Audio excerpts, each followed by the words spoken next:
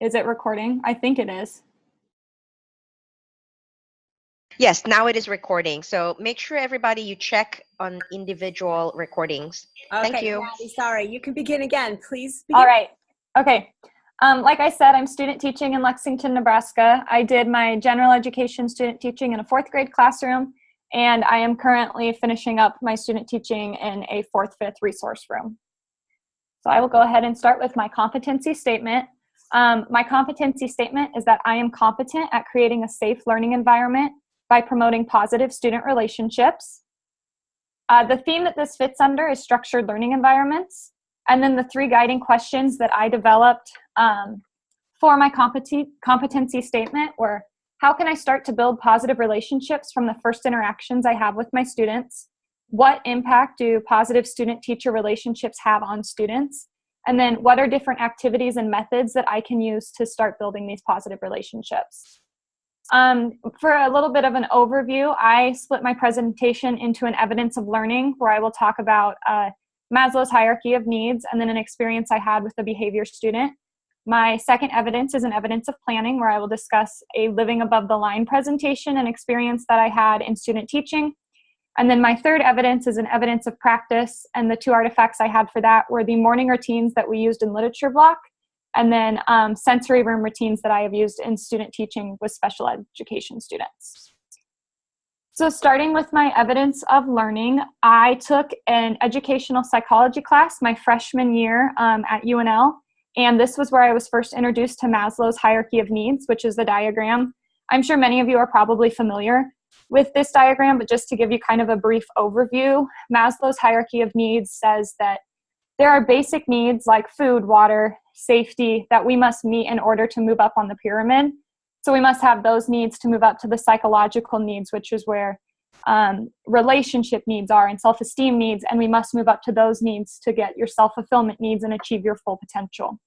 And this relates back to my competency statement and to building relationships, because I have seen throughout my time at UNL that in order for students to be able to reach their full potential and be ready to be learners in my classroom, they have to have some of these basic needs and relationship needs met first. And an example of an experience I had where Maslow's hierarchy of needs was put into play was during my special education block with a behavior student who had a really difficult home life. At the time that I was working with her, she was living with her grandma who was dying of cancer, and so grandma was in and out of the hospital. And because of this, she had a really inconsistent life. There was no structure. She was constantly staying at friends' houses. She wasn't really having her basic needs of safety met or forming any positive relationships. And so she started to have huge outbursts and throw like big temper tantrums almost at school.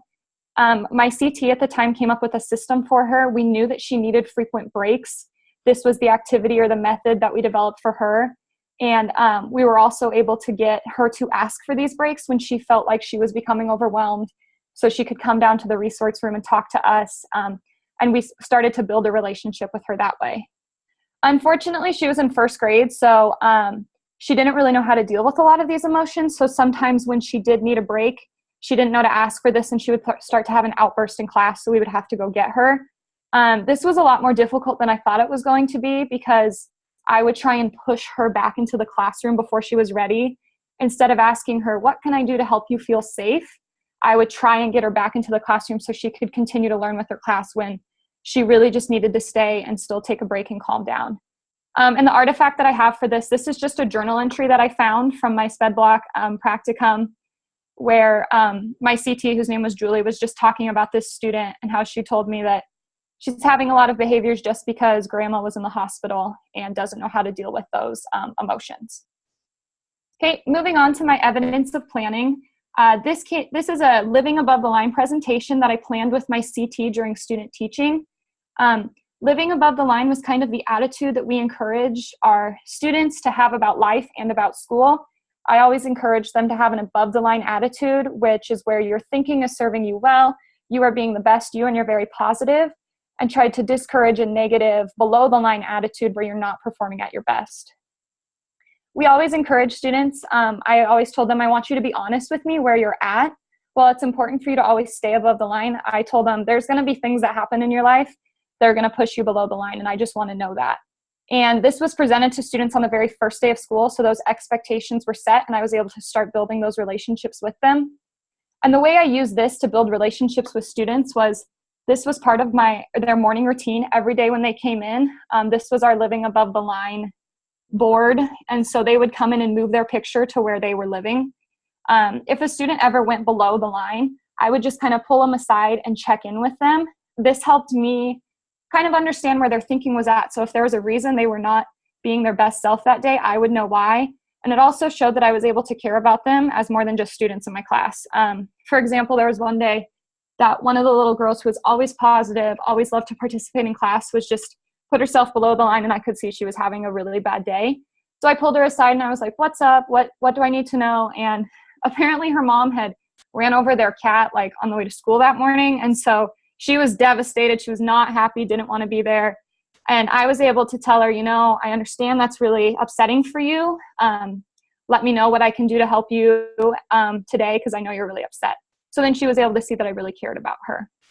One thing I did find with this was that this was a method or an activity that did not work for all my students. If you can see this yellow arrow and go down right here, this student, no matter how he came in that day, no matter how happy he was, he would always put himself below the line. And this was because he had some huge attention-seeking behaviors. And so he would always kind of look around and like see who was looking at him when he went below the line, or like point it out to students. And because of this, I knew he needed a different activity to build our relationship and to get him to use positive behaviors in school. And so I met with him, and my CT met with him, and we were able to find a different activity for him, something that worked better for him than this. Moving on to my third evidence, my evidence of practice. Something else I found when you are building relationships with students is it's really important there's a huge importance on routines. One routine that I used or helped implement during my literature block, I was in a 5th grade classroom, and we started out every morning with the students. I would tell them, show me where you are.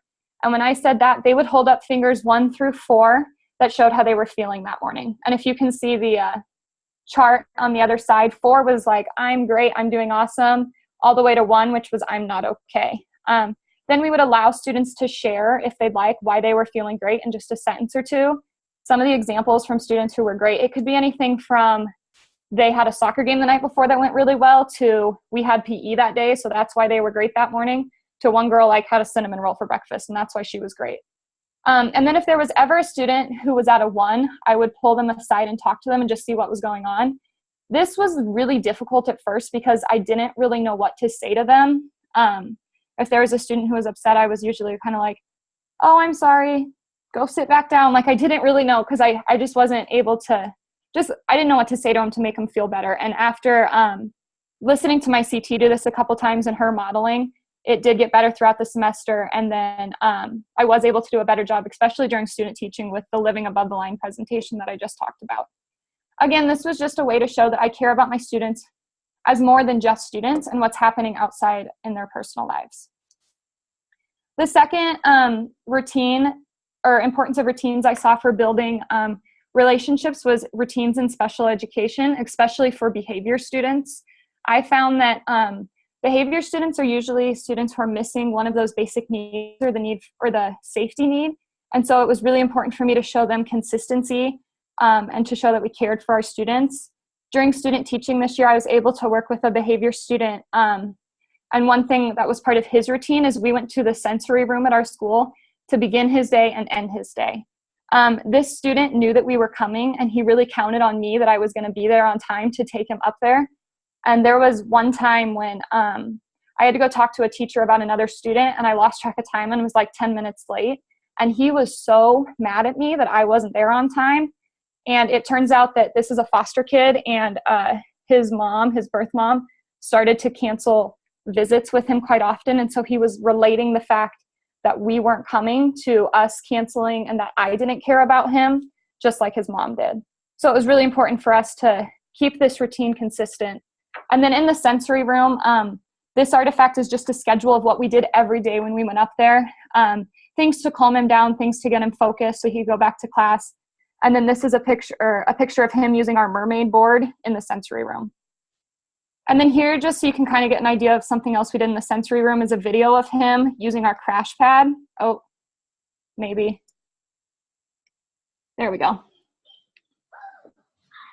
Fair warning, he is showing off just a little bit in this video. What up? Are you gonna do it again? How about 2 more times?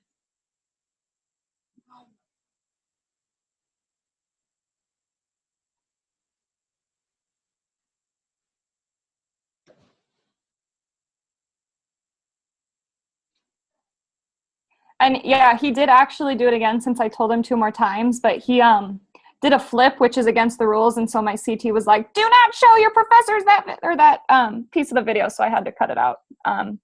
Moving on to my synthesis, after looking at my big ideas and the evidences that I had, I came up with 3 big ideas.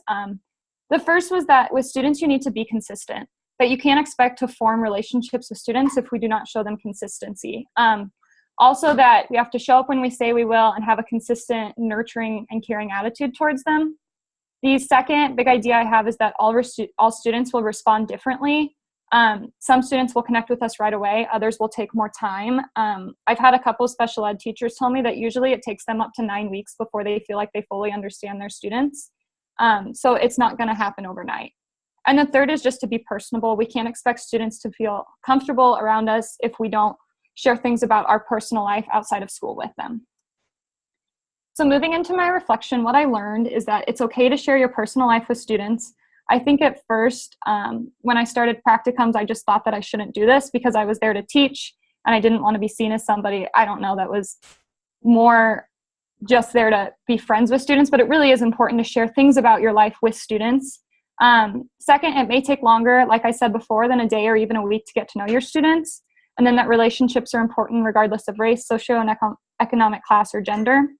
What I still need to learn is just more ways to encourage positive student relationships, especially between students who don't get along, and then how to find positive role models for students with disabilities, like circle of friends, and just how you go through setting up a process like that for those students who struggle with relationships. And then just kind of to sum up, like I said, I student teach in Lexington, Nebraska, and Lexington has students from over 20 countries. This is just a picture. This is one of the bulletin boards we have at our school that every time I walk by it, it just to me is so impactful, where at the beginning of the year, students were given a stick and they had to decorate that stick for that person to represent themselves. And then they got to say which country they associated with. So some of them are actually from these countries and some of them just, this is where their family originated from. But I get to teach all these students, and I understand that curriculum is very important in schools, but I had a teacher once tell me that we're in the business of teaching hearts just as much as minds, and some students have really difficult lives, and it's not my job to make it harder. It's my job to be there to help them learn. And with that, if you have any questions, I will take them now. Thank you, Madison. That was wonderful. Thank you. Yes, very good. All right, hang on a minute. Okay.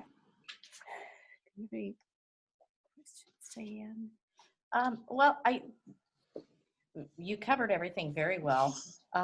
Again, just how will you said that you will want to continue. You still need to learn more ways to do this. How do you plan to continue learning? What is your plan for that? Yeah, so I think when I said what I still need to learn, like more ways to encourage positive student-to-student relationships, and just, I think one thing is just experience, just gaining experiences with different students, because every class you're going to get, every pair of students you're going to get is different. And then also just using mentor teachers. My CT this year for student teaching has been like incredible, and I've learned even a lot from her since I put this presentation together, just about how to relate to students. So I think those are 2 ways. And with where I said I'd like to learn how to set up a circle of friends group, the speech pathologist at my school is actually doing this right now. So I've kind of been talking to him just about how he's gone about this process, because he's doing it for the first time too. Madison, could you talk more about some strategies that you use to develop positive student relationships? Yeah. So like I said, I think one, when I first was putting this presentation together, I almost didn't feel like I had enough information from like my first years at UNL. but I really think that's because I'd never seen a first day of school. And what I learned this year is like the first week that I was at my school this year, literally like all my CT did was stuff to build relationships. And I'm like, are we ever going to get to like teaching these kids something? Like, I just didn't realize how long it actually took to set your routines and build your relationships. So some of the stuff, some of the strategies that I've just learned during student teaching is every morning we greet students at the door. So we shake their hands, we look them in the eyes, we say, how are you this morning? And so that's something that has been huge, that I'm not sitting behind my desk trying to get stuff ready, that I'm ready to go, and that they know that, okay, Miss C is ready, I'm ready, let's get going. And the second thing we also do is called Celebrate Today. And so that's like, it's kind of like the show me where you are, where students are just able to say why they're happy that morning and why they're celebrating. And so I've been able to just share. I just think a lot of building relationships with students is sharing things that you like to do outside of school and just personal relationship stuff. And so I coached volleyball this fall, and every morning during Celebrate Today, I would tell them how our games went. And then you weren't able to see it on the where are you living, above or below the line, but I also had my own board by my desk with this, and it said, where is Miss C living? And then I had like my little Bitmoji printed out, and then I could put it above or below the line where I was living that day too. So I hope that answered your question. I mean, I think I could go on for a while just about some different things that we did, but those were a few of them. Thank you. Thanks, Madison. Thank you. Okay, any other questions? The only other thing I want to touch on just a little bit, you talked Yeah. about, and I agree with what you're saying about how important it is for students to get to know you as a person and sharing Yeah. examples of your personal life.